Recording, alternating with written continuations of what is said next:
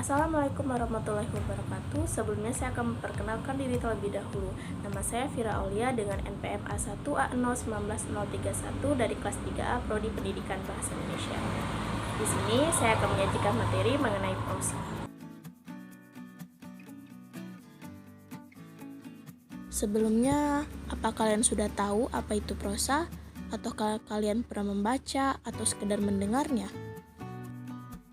Jika kalian belum tahu apa itu prosa, mari simak video berikut ini ya. Yang pertama, kita akan membahas mengenai pengertian prosa. Prosa adalah karya sastra yang berbentuk cerita yang bebas, tidak terikat oleh rima, irama, dan kemerduan bunyi seperti puisi. Namun sebetulnya, prosa memiliki makna yang lebih luas. Prosa diambil dari kata bahasa Inggris, yaitu prose, yang mengacu pada pengertian luas dan tidak hanya merujuk pada salah satu genre tulisan sastra, tapi juga karya non-fiksi seperti esai, artikel, rubrik, eksposisi, dan sebagainya. Pengertian prosa menurut ahli Mulyadi berpendapat bahwa prosa adalah salah satu jenis dari genre sastra di samping genre lainnya seperti puisi dan drama. Prosa dibagi menjadi dua, yaitu prosa fiksi dan prosa non-fiksi. Pengertian prosa fiksi. Prosa fiksi adalah berupa cerita rekaan atau khayalan pengarangnya. Prosa fiksi disebut juga karangan narasi sugestif atau imajinatif. Pengertian prosa fiksi menurut ahli. Menurut Aminuddin dalam Juanda dan Iswara, prosa fiksi adalah kisahan atau cerita yang diemban oleh pelaku-pelaku tertentu dengan pemeran, latar, serta tahapan dan rangkaian cerita tertentu yang bertolak dari hasil imajinasi pengarangnya sehingga menjalin suatu cerita. Prosa fiksi adalah kisah yang memiliki pemeran, latar, serta tahapan rangkaian peristiwa yang dihasilkan oleh imajinasi penulisnya sehingga menjalin suatu kesatuan kisah. Imajinasi di sini dapat berarti cerminan, kenyataan dari berbagai pengalaman, pengetahuan dan literasi penulisnya, seperti pendapat Saryono, bahwa sastra memiliki kemampuan untuk merekam pengalaman yang empiris natural maupun pengalaman yang non-empiris supernatural. Unsur pembangun dari fiksi terbagi menjadi dua. Pertama adalah unsur ekstrinsik, yang berarti unsur yang berada di luar teks namun tetap saling berpengaruh terhadap penciptaan karya. Yang kedua adalah unsur intrinsik, yang hadir di dalam teks itu sendiri dan membangun keutuhannya. Unsur-unsur intrinsik dari prosa meliputi 1. Tokoh dan penokohan, 2. Alur dan pengaluran atau yang disebut dengan plot, 3. Latar, 4. Gaya bahasa, 5. Sudut pandang, 6. Tema, dan 7. Amanat. Berdasarkan perkembangannya, prosa fiksi dibagi menjadi dua jenis. Yang pertama, prosa baru atau disebut juga dengan modern. Yang kedua, prosa lama atau yang disebut juga dengan klasik. Yang pertama, prosa baru atau modern. Prosa baru adalah karya yang penulisannya telah terpengaruh budaya modern barat. Literasi barat merupakan pusat peradaban berbagai pemikiran inovatif dan baru di dunia zaman modern pada tahun 1970-an. Sehingga rumusan baru mengenai sastra juga muncul di sana dan diadopsi oleh seluruh dunia. Ciri prosa baru. Yang pertama, bersifat dinamis, yang berarti mengikuti perkembangan zaman masyarakat. Yang kedua, masyarakat sentris, yaitu mengungkap hal sehari-hari yang terjadi di kalangan masyarakat. Yang ketiga, memperhatikan urutan peristiwa melalui pengolahan unsur alur dan pengaluran yang disusun dengan lebih apik. Yang keempat, bersifat rasional.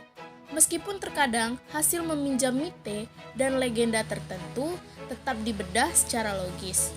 Yang kelima, penulis anonim dan bentuknya sudah berupa tulisan saja. Jenis-jenis prosa baru atau modern. Yang pertama, cerpen. Cerpen adalah akronim dari cerita pendek yang merupakan cerita berbentuk prosa yang hanya fokus terhadap satu tokoh, latar atau situasi saja sehingga bentuknya lebih sederhana dan berdurasi pendek. Namun, pendek di sini tidak hanya karena ceritanya saja yang berdurasi pendek. Jakob Sumarjo dan Saini berpendapat bahwa ukuran pendek dalam cerpen lebih didasarkan pada keterbatasan pengembangan unsur-unsurnya. Cerpen memiliki dampak tunggal dan tidak kompleks. Yang kedua, novelet. Novelet adalah kisah yang ceritanya lebih panjang dari cerpen, tetapi masih lebih pendek dari novel. Penggarapan unsurnya seperti tokoh, alur, dan latar jauh lebih luas cakupannya jika dibandingkan dengan cerpen. Namun masih terhitung sempit jika dibandingkan novel. Jumlah halaman novelet berkisar dari 60 hingga 150 halaman. Yang keempat adalah novel. Novel adalah kisah berplot yang jangkauan cerita, latar, dan tokohnya luas dan memiliki runtutan peristiwa yang panjang dan kompleks. Berbeda dengan cerpen yang ceritanya tunggal dan dapat diselesaikan dalam satu duduk atau 30-60 menit. Novel memiliki cerita berlapis yang dapat dilanjutkan ke buku novel lainnya. Kata novel berasal dari bahasa Itali, yaitu novella, dan memiliki makna barang baru kecil. Sebelum berkembang menjadi novel, novela disepadankan dengan cerpen. Ceritanya pendek dan hanya fokus membahas satu cerita atau latar, bisa juga sedikit lebih detail. Novela baru berkembang menjadi novel ketika jenis prosa ini mulai banyak ditulis di Inggris dan Amerika. Dan yang keempat adalah roman. Roman adalah cerita yang menceritakan kisah seorang tokoh secara mendetail dan menyeluruh dari lahir hingga akhir hayatnya. Roman adalah bentuk klasik dari cerpen. Biasanya penulisnya juga masih anonimus. Meskipun masuk ke dalam kategori sastra, namun tidak menutup kemungkinan masih ditulis di zaman sekarang. Selanjutnya, pengertian dari prosa lama. Prosa lama adalah tulisan cerita atau kisah yang belum mendapatkan pengaruh budaya modern barat. Tulisan ini biasanya bersifat anonim atau tidak ada penulis tunggal dan menyebar dari mulut ke mulut secara lisan dan tulisan yang terbatas. Ciri-ciri prosa lama. Pertama, statis, yaitu cerita dikisahkan secara turun-temurun sehingga tidak mengalami perubahan yang signifikan. Yang kedua, sedikit diferensialisasi atau bervarian.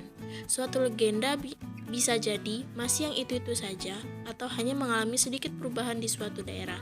Yang ketiga, berpusat di istana. Dalam artian, cerita lebih banyak mengisahkan tokoh-tokoh kerajaan dan kelas atas atau orang yang luar biasa. Yang keempat, bersifat anonim. Tidak diketahui siapa penulis aslinya dan terus sedikit berubah tergantung dari penutur selanjutnya. Yang kelima, menyebar dengan secara lisan. Tidak ada naskah pasti yang dapat dijadikan sebagai patokan tulisan orisinilnya. Jenis-jenis prosa lama. Yang pertama, dongeng. Dongeng merupakan cerita yang sepenuhnya hasil imajinasi dan khayalan yang menggunakan gaya estetika klasik dari suatu daerah tertentu. Selanjutnya, fabel. Fabel adalah cerita rekaan yang bersifat alegori atau simbolisme secara utuh. Keseluruhan cerita menggunakan simbol binatang yang memanusia sebagai pengganti tokoh manusia itu sendiri. Selanjutnya, hikayat. Hikayat adalah cerita yang biasanya bertemakan seperti sejarah maupun roman fiksi yang disampaikan melalui gaya dramatis, bernilai semangat juang, pelipur lara, hingga sebagai hiburan untuk merayakan sesuatu. Contohnya, hikayat 1001 malam, hikayat Hang Tuah, dan lain-lain. Selanjutnya, legenda. Legenda menceritakan asal-usul suatu tempat, benda, atau tokoh hingga kejadian fantastis yang dihubungkan dengan asal-muasal sesuatu di suatu tempat atau daerah. Contohnya Tangkuban Perahu, Malin Kundang, asal-muasal Candi Prambanan, dan lain-lain. Yang terakhir yaitu adalah mite. Mite atau mitos adalah kisah yang berlatar belakang sejarah namun mengandung hal-hal mistis dan gaib yang dipercaya oleh masyarakat penganutnya. Selanjutnya, prosa non-fiksi. Pengertian prosa non-fiksi adalah karya tulis yang dapat berupa kisah, runtutan peristiwa, atau gagasan yang dikemas secara naratif dan berasal dari kenyataan yang berasal dari data-data faktual, ilmiah, dan dapat dipercaya. Prosa non-fiksi juga karangan yang tidak berdasarkan rekaan atau khayalan pengarang, tetapi berisi hal-hal yang berupa informasi faktual atau kenyataan atau berdasarkan pengamatan pengarang. Karangan ini diungkapkan secara sistematis, kronologis, atau kilas balik dengan menggunakan bahasa semi formal. Karangan ini berbentuk eksposisi, persuasi, deskripsi, atau campuran. Prosa non-fiksi disebut juga karangan semi ilmiah. Jenis-jenis prosa non-fiksi. Yang pertama, artikel. Artikel ialah karangan yang berisi uraian atau pemaparan. Yang kedua, feature atau feature. Ialah sejenis artikel eksposisi yang memberikan tekanan aspek tertentu yang dianggap menarik atau perlu ditonjolkan dari suatu objek atau peristiwa yang memiliki daya tarik secara emosional, pribadi, atau bersifat humor. Isi feature bukan berita yang aktual, tetapi kejadian yang sudah berlalu. Yang ketiga, yaitu iklan. Iklan ialah informasi yang disajikan lewat media massa, buletin, atau surat edaran yang bertujuan untuk memberitahukan atau mempromosikan suatu barang atau jasa kepada khalayak untuk kepentingan bisnis, pengumuman, atau pelayanan publik. Selanjutnya, opini. Opini adalah tulisan berisi pendapat, pikiran, atau pendirian seseorang tentang sesuatu. Selanjutnya, tajuk rencana. Tajuk rencana atau juga disebut dengan editorial adalah karangan yang bersifat argumentatif yang ditulis oleh redaktur media massa mengenai hal-hal yang faktual maupun aktual yang sedang terjadi atau yang banyak dibicarakan orang. Selanjutnya, yaitu adalah tips. Tips adalah karangan yang berisi uraian tentang tata cara atau langkah-langkah operasional dalam melakukan atau membuat sesuatu. Disajikan dengan ringan, sederhana, dan bahasa yang populer. Karangan ini termasuk jenis artikel ekspositoris. Yang ketujuh, reportase. Ialah karangan yang berupa hasil laporan dari liputan suatu peristiwa atau kejadian yang sedang berlangsung atau belum lama berlangsung untuk keperluan berita di media massa. Bersifat informasi aktual. Contohnya reportase, yaitu berita langsung tentang kejadian bencana alam gempa Jogja atau banjir di Jakarta.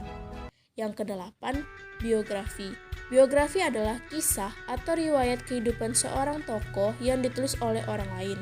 Biografi ditulis dengan berbagai tujuan, salah satunya untuk memberikan informasi bagi pembaca tentang latar belakang kehidupan seorang tokoh dari sejak kecil hingga mencapai karir di kehidupan kemudian. Selanjutnya, jurnalisme baru, yaitu semacam berita yang dituliskan ke dalam bentuk novel atau cerita pendek. Karena berbentuk cerita, unsur-unsur pembangun sebuah cerita seperti alur, tokoh-tokoh, latar, dan konflik dipenuhi meskipun isinya merupakan fakta atau kejadian yang sebenarnya.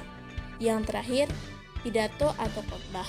Pidato ialah aktivitas mengungkapkan pikiran, ide, gagasan secara lisan dalam bentuk rangkaian kata-kata atau kalimat kepada orang banyak dengan tujuan tertentu. Itulah materi yang telah saya sampaikan. Terima kasih telah menyaksikan, semoga bermanfaat untuk kita semua. Terima kasih. Wassalamualaikum warahmatullahi wabarakatuh.